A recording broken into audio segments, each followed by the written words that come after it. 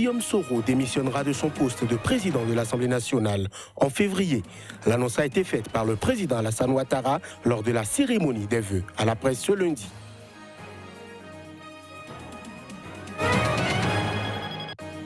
En République démocratique du Congo, la session inaugurale de la nouvelle Assemblée nationale, issue des élections du 30 décembre, s'est ouverte lundi à Kinshasa. L'ordre du jour était la mise en place de son bureau. Au Niger, le modèle Falumana de l'opposant en exil à Mahamadou affûte ses armes dans la perspective des prochaines élections générales. Le vœu affiché reste de voir l'opposant briguer la magistrature suprême.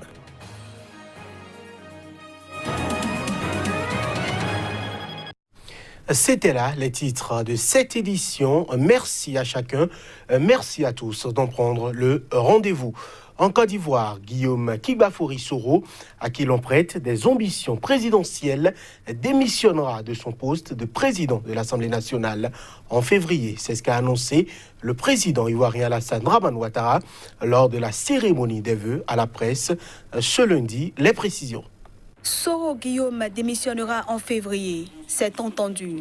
C'est réglé, a affirmé de manière lapidaire le président Alassane Ouattara en répondant à une question d'un journaliste au palais présidentiel. Guillaume Soro s'était mis vendredi en congé jusqu'au 20 février, déléguant ses pouvoirs au vice-président, selon un document diffusé à la presse. Le motif exact de cette absence n'était pas précisé. De ses proches avaient rapporté plus tôt dans la journée qu'il envisageait de démissionner du perchoir. Il l'envisage très fortement, ça va se faire, il va quitter son poste pour ne pas provoquer une crise institutionnelle, avait expliqué cette source sous couvert d'anonymat, précisant que les modalités de cette démission n'étaient pas encore arrêtées. En revanche, une source proche du pouvoir a confié que le président Alassane Ouattara avait forcé Guillaume Soro à démissionner, estimant qu'il ne pouvait pas être président de l'Assemblée et ne pas soutenir le Rassemblement des oufouettistes pour la démocratie et la paix, coalition qui s'est transformée en parti samedi et dispose de la majorité à l'Assemblée. Âgé de 46 ans, Guillaume Soro préside l'Assemblée nationale depuis 2013. Il avait été auparavant le premier chef du gouvernement du président Alassane Ouattara après son arrivée au pouvoir en 2011.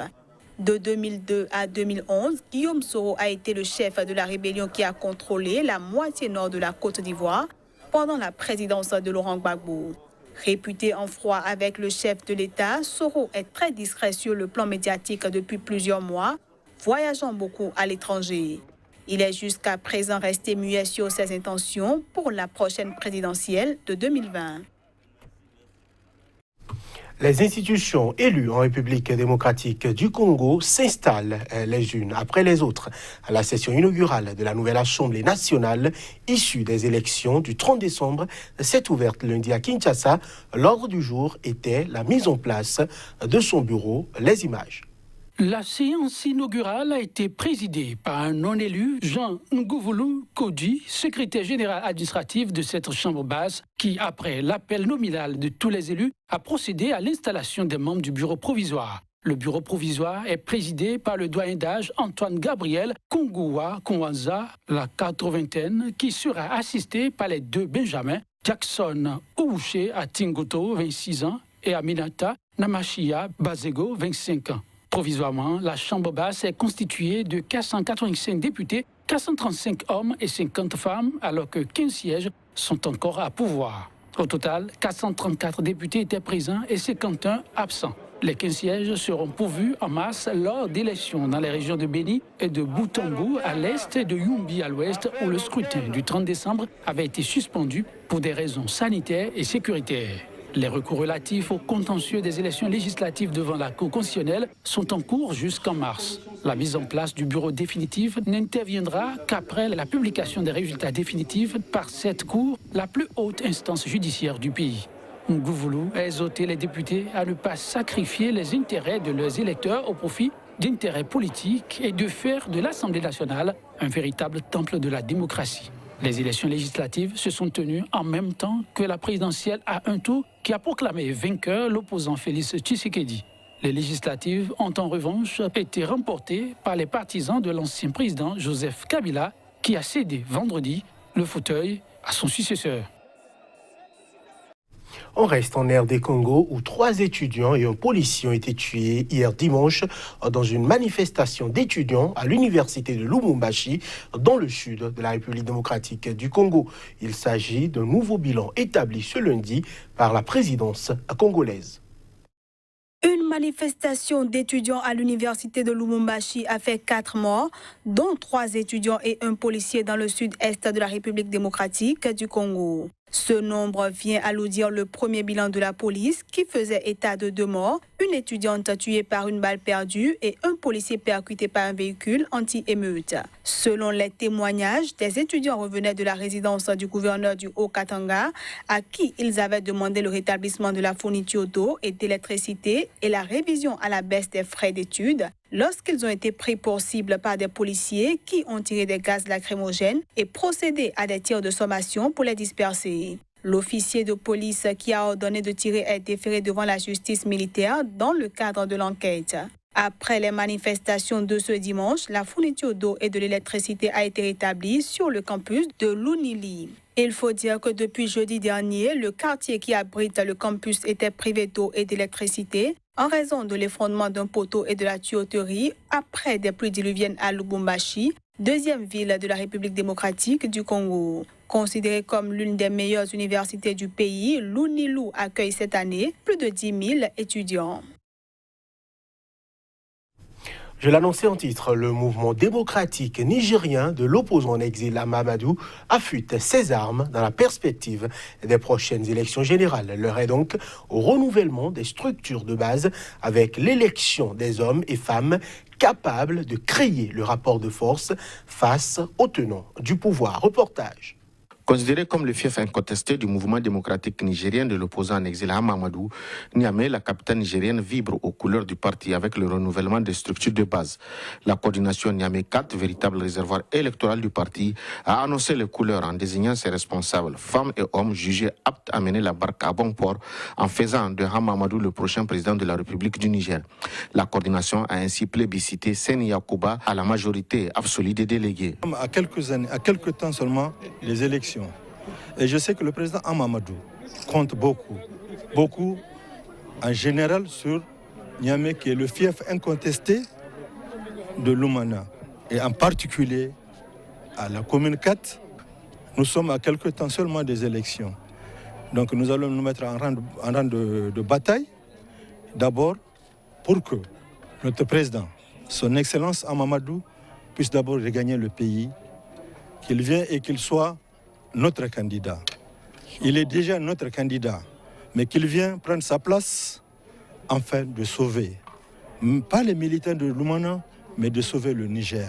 Le leader de la coordination, sur qui repose désormais la responsabilité de mobiliser les militants pour l'atteinte de leurs objectifs, peut compter sur les femmes.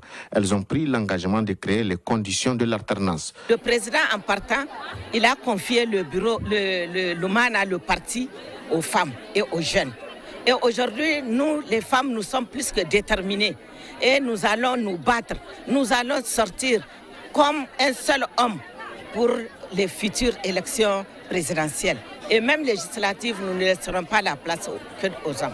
Et Inch'Allah, Hama sera candidat de notre parti.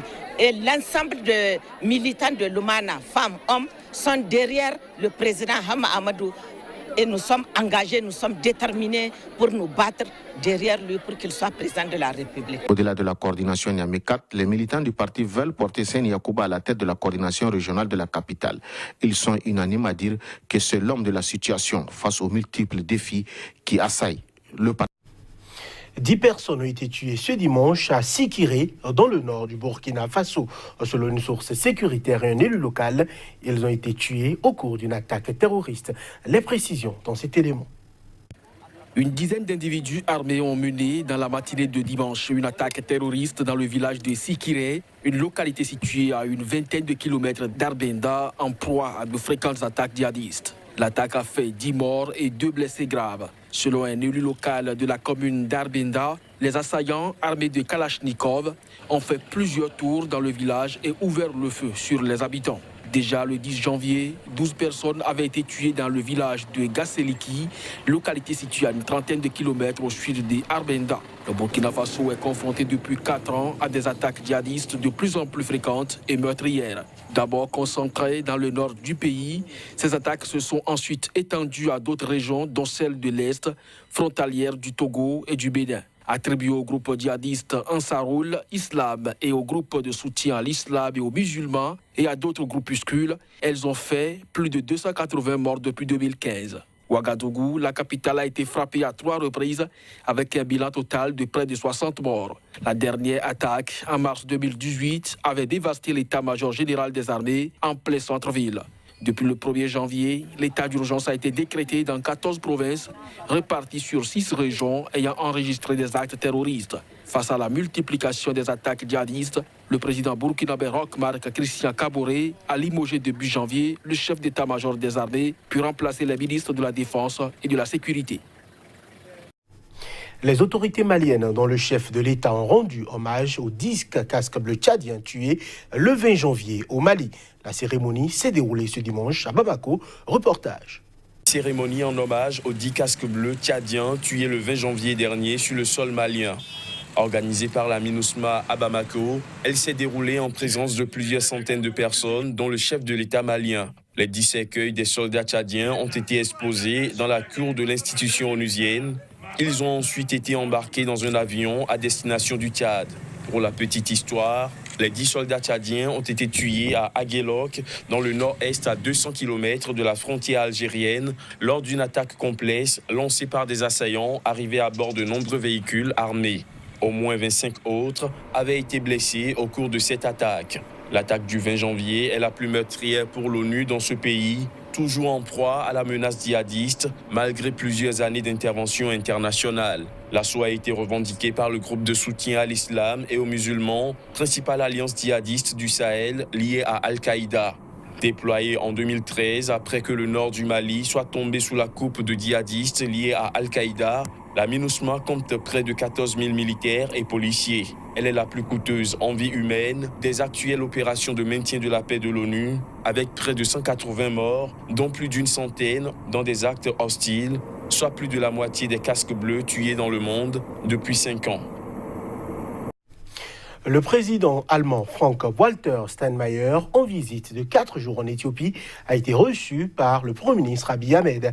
Selon des médias publics, un protocole d'accord entre Volkswagen AG et la Commission éthiopienne des investissements devra être signé au cours de cette visite. Des rencontres entre les opérateurs économiques allemands et les officiels éthiopiens sont également prévues. Le dernier jour de la visite sera consacré à l'Union africaine. Le président Steinmeier rencontrera notamment le président de la Commission de l'Union africaine, Moussa Faki Mahamat, selon les mêmes sources.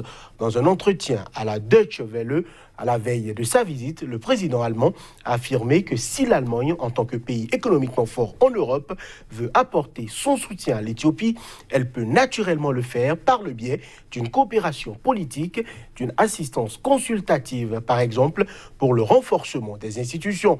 Au cours de cette visite, le président allemand a prévu des entretiens avec la présidente éthiopienne Sahle-Work Zewde. Mesdames, Messieurs, ce sera tout pour cette édition que nous vous remercions d'avoir suivi. Merci de nous rester fidèles.